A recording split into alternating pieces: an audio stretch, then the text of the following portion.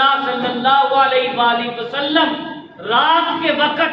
मैदान बद्र का मुआयना करने के लिए सहाबा के साथ निकले। और कुर्बान जाइए, रसूलुल्लाह सल्लल्लाहु अलैहि वसल्लम ने छड़ी हाथ में पकड़ ली और हुजूर ने